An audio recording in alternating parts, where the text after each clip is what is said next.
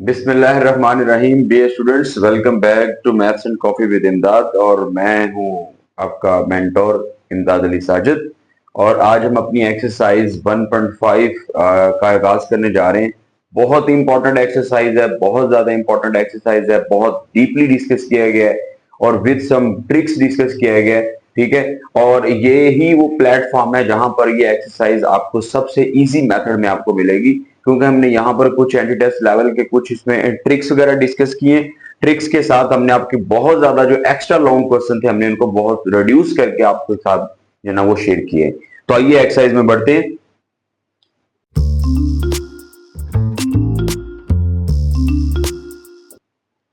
जी students, इसमें सबसे पहला हमारे पास टॉपिक है पोलर कोऑर्डिनेट सिस्टम।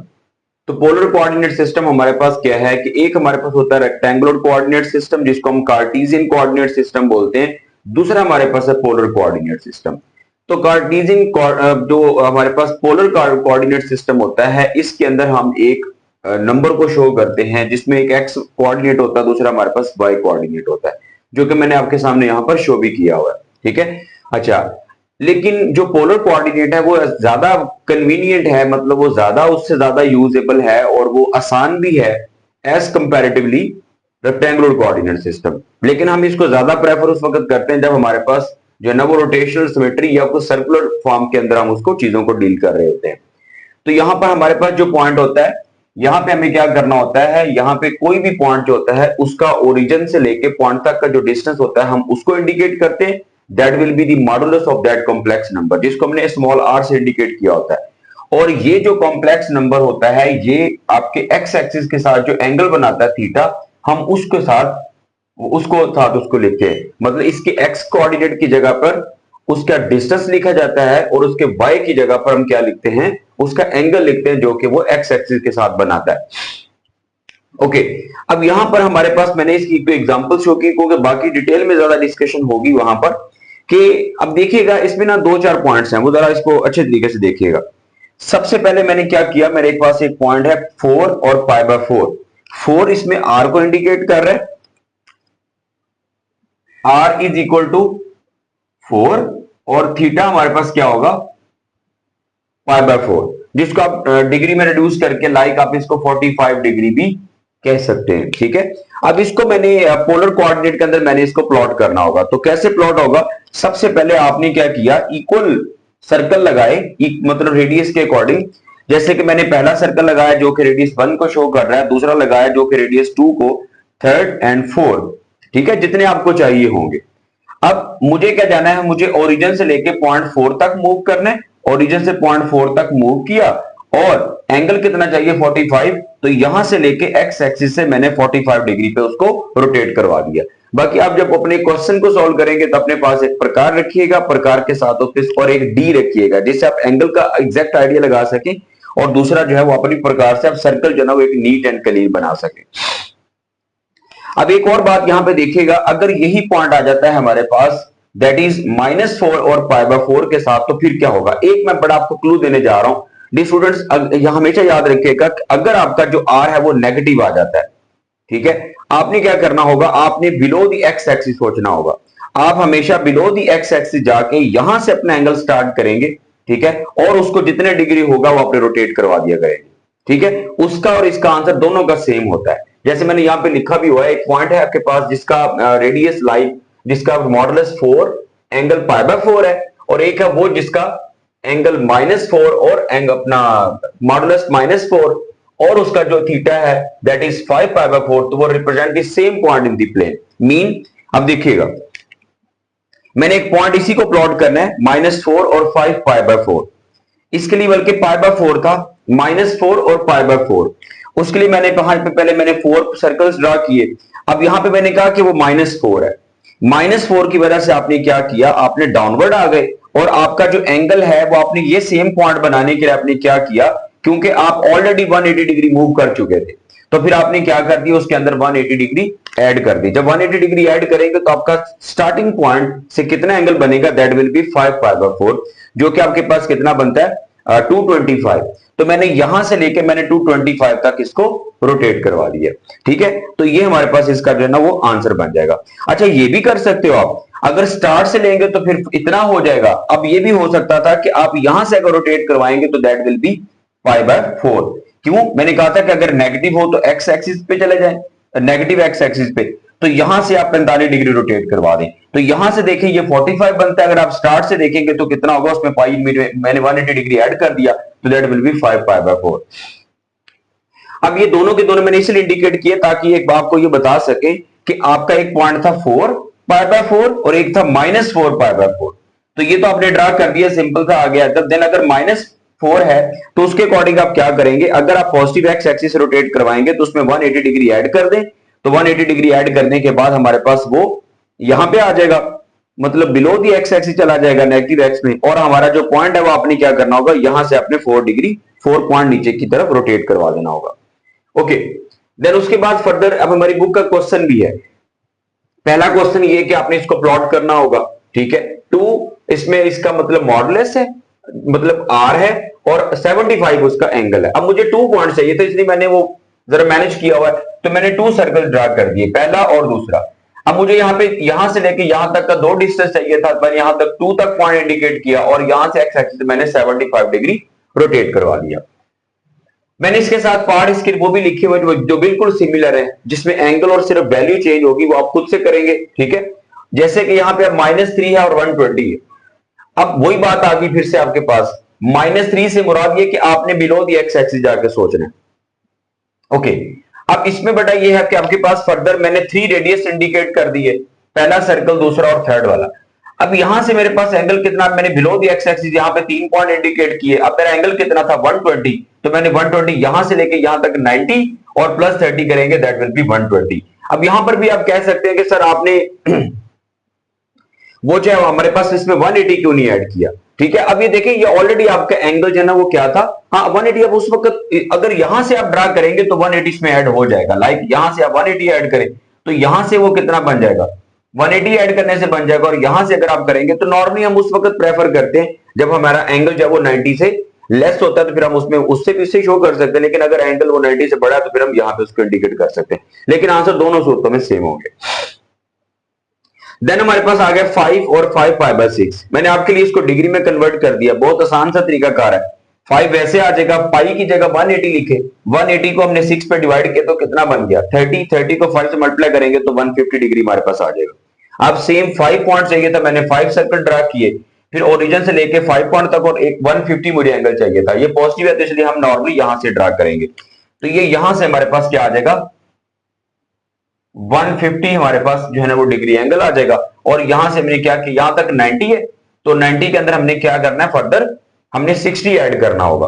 तो नॉर्मली आपके पास ये क्या बन जाएगा, यहां तक 45 है तो ये नॉर्मली यहां तक बन जाएगा। तो ये आप इसको जो है ना वो इंडिकेट कर लेंगे। ओके, अब इसी तरह फर्दर हमारे पास जो है ना वो नेक्स्ट मैंने इसको इंडिकेट किया हुआ है, -3 है और माइनस का 2π/3 है। एक बात याद रखें कि अब यहां पर मैंने बात की थी -3, अब -3 है तो आपने below the x axis start करना होगा। लेकिन एक बात याद रखें कि this angle must be positive आपने इसको पॉजिटिव बना के सॉल्व करना होगा। तो फिर आप क्या करेंगे, आप इसके अंदर 360 ऐड कर देंगे। मीन मैं कंक्लूड कर दूं, अगर तो आपका है आर नेगेटिव तो आप बिलो दी एक्स एक्सिस जाके उसको मतलब इंडिकेट करेंगे। उसके साथ अगर तो आपका एंगल पॉजिटिव है तो फिर तो आप उसको क्या कर देंगे, और पॉजिटिव है, पॉजिटिव के लिए 2 शर्तें हैं। अगर तो वो 90 से छोटा है तो फिर आप उसके साथ 180 ऐड करके उसको रोटेट करवा दें।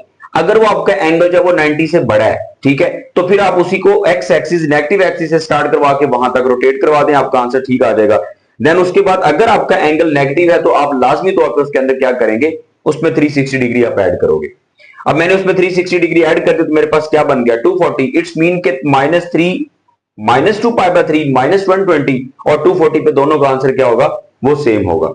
तो अब मैंने -3 लिया, मुझे जाना था पॉइंट में, मुझे 3 सर्कल चाहिए थे और उसके बाद मुझे 240 चाहिए। तो यहां से यहां तक देखें 90, उसके बाद 180 और यहां तक मेरे पास 240 डिग्री एंगल बन जाएगा। तो यहां पर मैंने इसको लोकेट कर दिया। फर्दर इसके साथ जो बिल्कुल सेम पार्ट है वो पार्ट नंबर 7 है, और इसके साथ जो दोनों पॉजिटिव वाले हैं वो पार्ट नंबर 3 है, और इसके साथ एक एक्स जिसमें आर नेगेटिव होगा, एंगल आपका वो 120 और या कोई भी पॉजिटिव फॉर्म में होगा, तो उसका पार्ट नंबर 5 और पार्ट नंबर 8 इसके साथ बिल्कुल सेम है।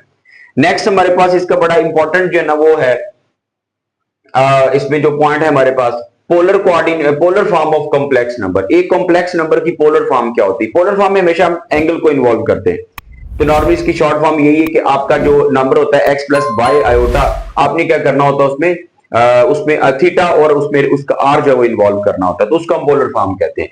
तो मैंने ये कहा कि मेरे पास ये complex number x plus Y iota, उस कॉम्प्लेक्स नंबर को मैंने यहां पे इंडिकेट किया पोलर फॉर्म के अंदर, that is z r into theta.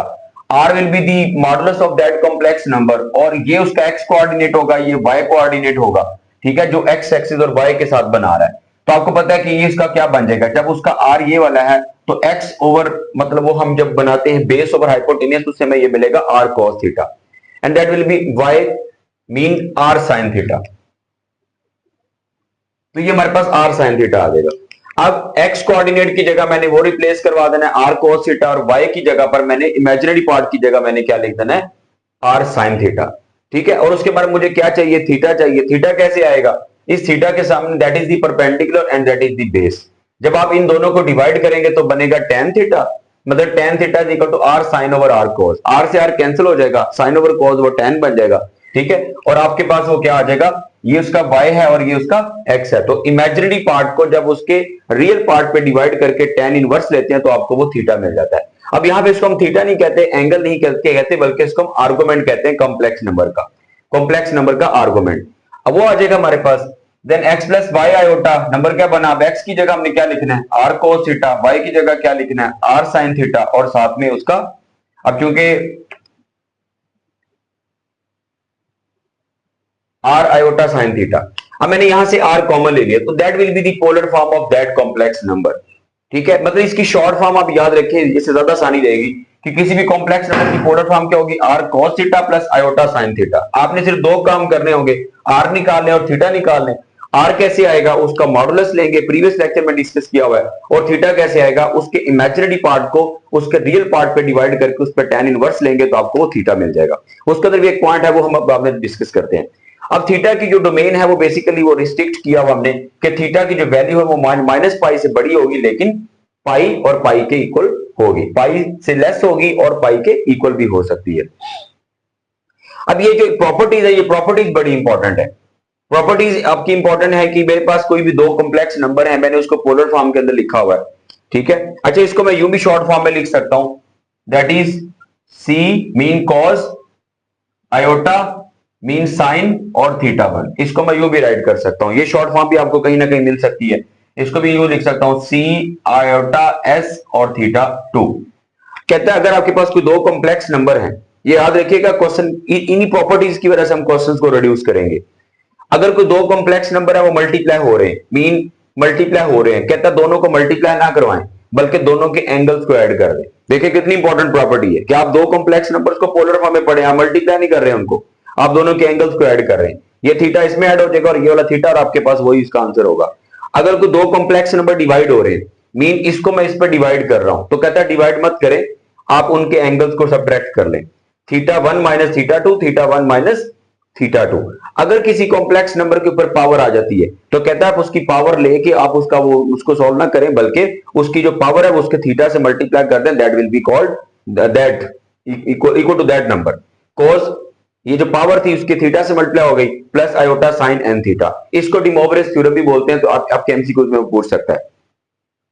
आगे प्रॉपर्टीज है आर्गुमेंट की। आर्गुमेंट की प्रॉपर्टी क्या है कि अगर मेरे पास कोई दो कॉम्प्लेक्स नंबर है, वो कार्टेशियन फॉर्म के अंदर पड़े हुए, x1 plus y1 iota, x2 plus y2 iota. इसका आर्गुमेंट को शॉर्ट फॉर्म में हम ए आर जी से शो करते हैं। अगर कहता है कि दो कॉम्प्लेक्स नंबर मल्टीप्लाई कर रहे हैं और उसका आपने आर्गुमेंट निकालना है, तो कहता है उनको मल्टीप्लाई करके आर्गुमेंट ना निकालें, बल्कि दोनों का अलग अलग आर्गुमेंट निकाल के दोनों को ऐड कर दें।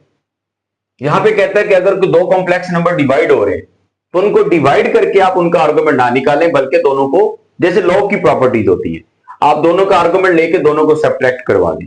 अगर किसी कॉम्प्लेक्स नंबर के ऊपर पावर आ रही है तो कहता है कि आप उसकी पावर लेके आर्गुमेंट ना लें, बल्कि आप उसका आर्गुमेंट लेके उसको पावर से मल्टीप्लाई करवा दें, that will be the answer of that question. अब देखिएगा आर्गुमेंट क्या है, आर्गुमेंट मैं बता चुका हूं कि आर्गुमेंट ऑफ z का कैसे आएगा, tan inverse y over x। y क्या है उसका इमेजिनरी पार्ट और x क्या है उसका रियल पार्ट। अब हमारा क्वेश्चन नंबर 2 है, यहां पे कहता है राइट इन पोलर फॉर्म, आपने इसको पोलर फॉर्म में राइट करना होगा। मैंने शॉर्ट फॉर्म में इसको बता दिया कि सबसे पहले आप उसका r निकालें जिसको हम z मॉड भी कहते हैं, रियल पार्ट का स्क्वायर प्लस इमेजिनरी पार्ट का स्क्वायर और सारे का अंडर, दैट विल बी 5। अब जब थीटा निकालना है तो theta tan inverse imaginary part को हमने रियल पार्ट में डिवाइड कर दिया, दैट इज 36.87। याद रखिएगा आपने थीटा को इसी रेंज के अंदर लेके आना होगा। अब आपके पास थीटा भी आ गया, लिहाजा आपका क्या बना कॉम्प्लेक्स नंबर 3 + 4 आयोटा r, ये जो लिखा हुआ था, इनटू cos थीटा की जगह हमने ये मेंशन कर दिया, प्लस आयोटा sin थीटा की जगह हमने वो मेंशन कर दिया। देन आपके पास इसका पार्ट नंबर 2 है, इसको आप वैसे भी सॉल्व कर सकते थे, इस सारे को रियल मान लो, इस सारे को इमेजिनरी मान लो, लेकिन मैंने आपके क्वेश्चन को इजी किया, मैंने यहां से पहले 1/2 कॉमन ले लिया। 1/2 कॉमन लेंगे तो ये फॉर्म बन जाएगी। अब 1/2 साथ रहेगा, आपने इसका मॉड लेना है और इसी का थीटा निकालना है। इसका मॉड लेने के लिए मैंने क्या लिखा, 1 का स्क्वायर प्लस √3 का स्क्वायर और सारे का square root, that will be 1 + 3 और दैट इज इक्वल टू 2। अब थीटा निकालने के लिए √3 डिवाइड बाय 1 तो दैट विल बी 60, ये 60 आ जाएगा। अब आपने क्या लिखना होगा, दैट इज इक्वल टू, आपका complex number is equal to ये वाला 1/2 और हमारा जो 2 आया था मॉड वाला 2 × cos 60 प्लस आयोटा sin 60, ये दोनों कैंसिल हो जाएंगे, रिमेनिंग हमें आंसर इसका मिल जाएगा। स्टूडेंट्स अब याद रखिएगा, अब आपका जो कॉम्प्लेक्स नंबर है किस क्वाड्रेंट में पड़ा हुआ है आपने इसका भी ख्याल रखना होगा। जिस क्वाड्रेंट के अंदर आपका कॉम्प्लेक्स नंबर पड़ा होगा आपने एंगल उसी के हिसाब से मेंशन करना होगा। जैसे ये दोनों के दोनों कॉम्प्लेक्स नंबर आपके पहले क्वाड्रेंट के अंदर पड़े हुए थे तो आपके एंगल भी पहले क्वाड्रेंट के अंदर ही आ रहे थे। ठीक है, मीन कैसे पता चला, क्योंकि रियल और इमेजिनरी पार्ट जब दोनों पॉजिटिव होते हैं तो वो फर्स्ट क्वाड्रेंट होता है, जब x नेगेटिव होता है y वाला पॉजिटिव होता है तो सेकंड क्वाड्रेंट होता है, जब दोनों नेगेटिव होते हैं तो थर्ड, और जब x पॉजिटिव और y नेगेटिव होता है then that will be the fourth quadrant. अब यहां से मैंने क्या किया, मैंने 5/2 कॉमन ले लिया तो माइनस का 1 माइनस √3 आयोटा बन गया। अब इस ये वही चीज बन चुकी है आपके पास, सिर्फ इसके क्वाड्रेंट का फर्क है। तो ये मैंने उसके लिए मॉड निकाला, वो 2 ही आएगा, √3/1 दैट विल बी 60। यहां पर आपने इसको हमेशा पॉजिटिव लेना होगा, बल्कि आप यहां पर ये मेंशन कर लें कि y और x का आपने हमेशा क्या लेना होगा, मॉड लेना होगा। मीन आप इनको हमेशा पॉजिटिव कंसीडर करेंगे क्योंकि साइड्स, क्योंकि ये राइट ट्रायंगल बना रही हैं और राइट ट्रायंगल की साइड जो है ना वो, या किसी भी ट्रायंगल की साइड जो है ना वो कभी नेगेटिव हम नहीं लेंगे, हम उसका मॉड लेंगे, बाद में हम उसको चेंज करेंगे। ये देखिए अब हमारे पास 60 आ गया, लेकिन अब आपको पता है कि आपका जो कॉम्प्लेक्स नंबर था वो तो थर्ड क्वाड्रेंट में पड़ा था। थर्ड क्वाड्रेंट में जाने के लिए हम क्या किया, हमने उसमें 180 ऐड कर दिया। सही है, मतलब आपका एंगल आपका 60 था तो थर्ड क्वाड्रेंट में जाने के लिए आपने इसको क्या कर दिया, 180 इसमें ऐड कर दिया, तो दैट विल बी 240। अब आप इसको चेक कर सकते हैं, that is your question, that is 5/2 which is we take common, और यहां पे हमारे पास r की वैल्यू 2 थी, cos 240 प्लस आयोटा sin 240, 2 से कैंसिल होगा, रिमेनिंग आवर आंसर। स्टूडेंट आगे इससे तकरीबन 2-3 पार्ट्स पड़े हुए हैं जो फ्रैक्शन की फॉर्म में पड़े हुए हैं।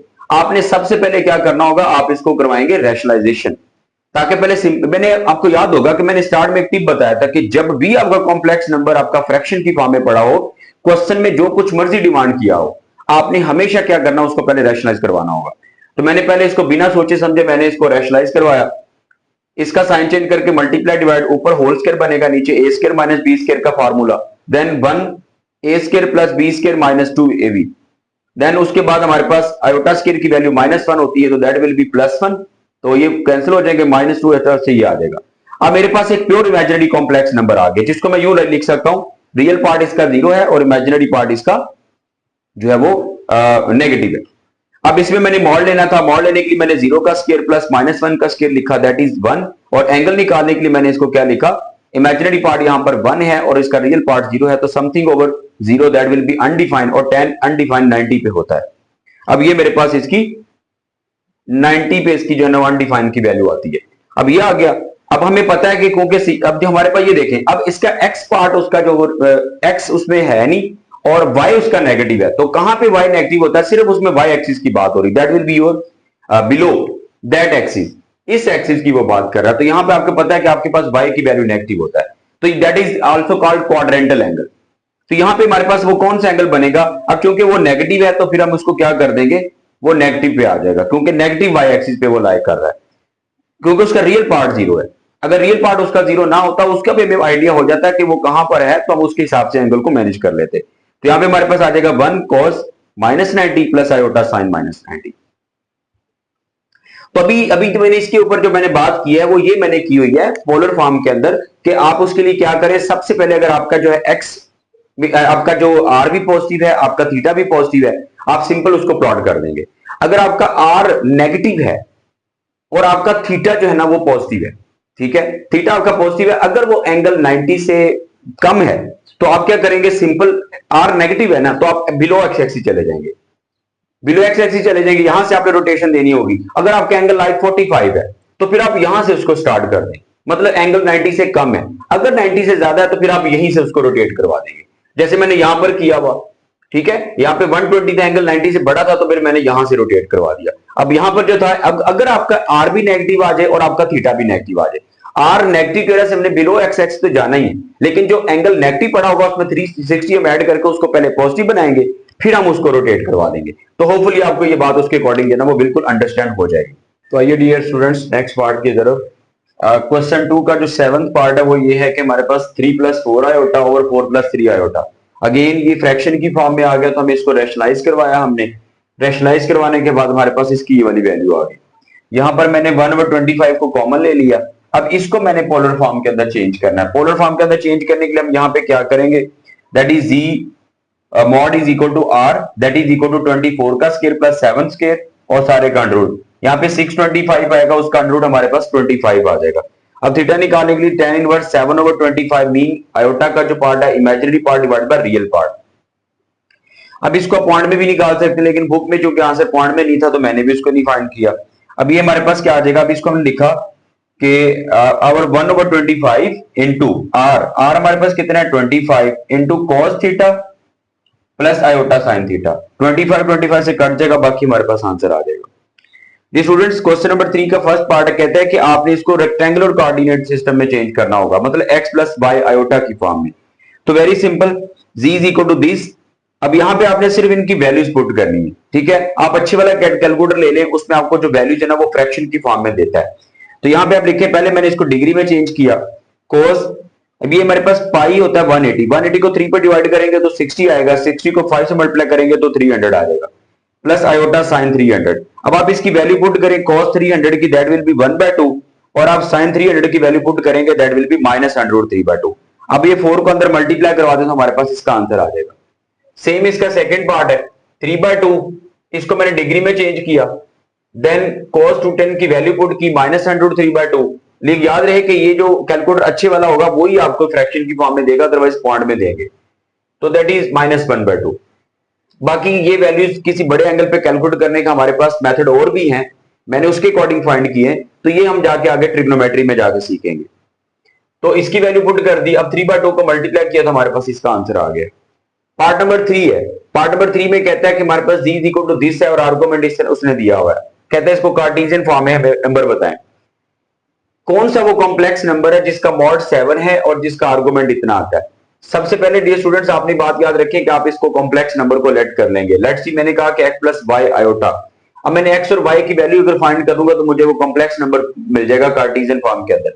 तो मैंने सबसे पहले कहा कि मुझे गिवन है कि z का मॉड इज इक्वल टू 7 है, तो मैंने z का मॉड लिया, रियल पार्ट का स्क्वायर प्लस इमेजिनरी पार्ट का स्क्वायर और सारे का under root is equal to 7। अब इसका स्क्वायर रूट खत्म किया तो that is our equation number 1। Second condition ये दी हुई थी, आर्गुमेंट इज इक्वल टू 23π/12। मैंने इस एंगल को डिग्री में कन्वर्ट किया, और आपको पता है कि आर्गुमेंट का फार्मूला क्या होता है। आर्गुमेंट का फार्मूला मैंने पहले भी, मतलब वो अभी हमने प्रीवियस क्वेश्चंस के अंदर सॉल्व किया कि आर्गुमेंट हमारे पास होता है theta is equal to tan inverse y/x। ये आर्गुमेंट आ जाएगा, tan उधर जाके इनवर्स था इधर तो उधर जाके tan बन गया। इसकी मैंने वैल्यू कैलकुलेटर की है, that is equal to this, और x को मल्टीप्लाई करके इक्वेशन नंबर 2 बन गई है। इस इक्वेशन को मैंने उठा के y की वैल्यू मैंने यहां पर पुट कर दी, x square plus this square is equal to 49, इसका स्क्वायर लिया, दोनों को ऐड कर दिया, ये जाके रकम डिवाइड होगी और इसका हमने स्क्वायर रूट ले लिया। यहां पर आके आपको एक पॉइंट देखना पड़ेगा, x की वैल्यू हमारे पास 2 आ रही है क्योंकि हमने स्क्वायर रूट लिया है, लेकिन आपको पता है कि आपका एंगल जो 345 है, 345 किस क्वाड्रेंट में लाई करता है, फोर्थ क्वाड्रेंट के अंदर। और फोर्थ क्वाड्रेंट के अंदर अगर मैं कॉम्प्लेक्स नंबर की बात करूं तो वहां पे उसका रियल पार्ट पॉजिटिव होता है और उसका इमेजिनरी पार्ट नेगेटिव होता है। तो मैं चूंकि रियल पार्ट की बात कर रहा हूं तो वहां पे पॉजिटिव होता है, तो मैंने इसलिए इसको पॉजिटिव कंसीडर कर लिया। ये बड़ा इंपॉर्टेंट पॉइंट था इसमें। बस अब ये वैल्यू x की मैंने यहां पर y में पुट कर दी, y is equal to -2670 point और x की वैल्यू मैंने मल्टीप्लाई की तो मुझे y का आंसर मिल गया, दैट इज -1.80। अब ये मेरे पास कॉम्प्लेक्स नंबर बन गया 6.76 -1.80 iota, that will be our required answer. Same इसका बिल्कुल सेकंड पार्ट है, मतलब इसका जो नेक्स्ट पार्ट है वो भी मैंने किया हुआ है, लेकिन क्योंकि इसमें एंगल नेगेटिव में दिया होता है मैंने कहा चले इसको भी डिस्कस कर। पार्ट नंबर 4 में हमारे पास उसने आर्गुमेंट 11 दिया हुआ है और एंगल उसने -11 π/12 दिया हुआ है। हमने कॉम्प्लेक्स नंबर लेट कर लिया, ऐसे उसने गिवन दिया होता है कि मॉड इज इक्वल टू 11 है, मैंने लिखा x² + y² under root is equal to 11 और देन इज इक्वल टू 11 और हमारे पास x² + y² is equal to 121 आ गया। सेकंड उसने आर्गुमेंट दिया था दिस, मैंने इसको डिग्री में चेंज किया। अब आर्गुमेंट के लिए tan इनवर्स y/x के लिए हमारे पास क्या आ जाएगा, tan होते जाके इनवर्स हो जाएगा और y/x इज इक्वल टू 0.267 उसकी वैल्यू बन जाएगी और y is equal to 0.267 x हो जाएगा। इस वैल्यू को उठा के हमने इक्वेशन 1 में पुट कर दिया, इसका स्क्वायर लेंगे देन ऐड हो जाएगा 1 इसमें ऐड होगा और इस रकम पे डिवाइड करेंगे तो x स्क्वायर की वैल्यू ये वाली बन जाएगी। अब हमने जब अंडर रूट लिया तो प्लस माइनस में 2 वैल्यूज आ गई। अब हमारे पास इसका जो कॉम्प्लेक्स नंबर है वो जो ना वो थर्ड क्वाड्रेंट में लाई कर रहा है। कैसे पता चला, इसलिए इसकी वैल्यू नेगेटिव होगी। कैसे पता चला, क्योंकि x आपके पास थीटा है -165, -165 से मुराद ये कि आप इसको क्लॉकवाइज लेके चलेंगे, यहां तक -90 और यहां पे -165, तो that will B third quadrant. वहां पे x और y मीन रियल और इमेजिनरी पार्ट दोनों नेगेटिव होते हैं, तो यहां पर आप इसको क्या करेंगे, दैट विल बी -10.62। उसके बाद आपने इसको इक्वेशन नंबर 1 में पुट करना तो y की वैल्यू आपको मिल जाएगी 2.85। ये हमारे पास इसका रिक्वायर्ड कॉम्प्लेक्स नंबर बन जाएगा। ओके, अब इसका लास्ट पार्ट है हमारे पास। लास्ट पार्ट के अंदर हमारे पास जस्ट हमने वैल्यूज पुट करनी है, 2 cos -33 + 2 iota sin 33। अब आपने सिर्फ इसकी वैल्यू पुट किया, 2 cos 33 की वैल्यू पुट कर दी और sin 33 की वैल्यू पुट कर दी, इसको अंदर मल्टीप्लाई किया तो हमारे पास इसका आंसर आ गया। तो ये स्टूडेंट्स क्वेश्चन नंबर 3 तक अगर आपका कोई भी क्वेश्चन है तो मैं कमेंट सेक्शन के अंदर लाजमी पूछा करें, क्योंकि वहां पर जब आप अपने कोई भी क्वेश्चन हमें जो वहां पे वो पॉइंट आउट करेंगे तो वहां पे हम आपको उसका आंसर भी देंगे और फर्दर भी इसके ऊपर अगर कोई डिस्कशन होगी, कोई पॉइंट अगर उसमें से मिसिंग होगा तो हम उसके ऊपर भी जरूर जो ना वो डिस्कशन करेंगे। अपना बहुत ज्यादा ख्याल रखिएगा।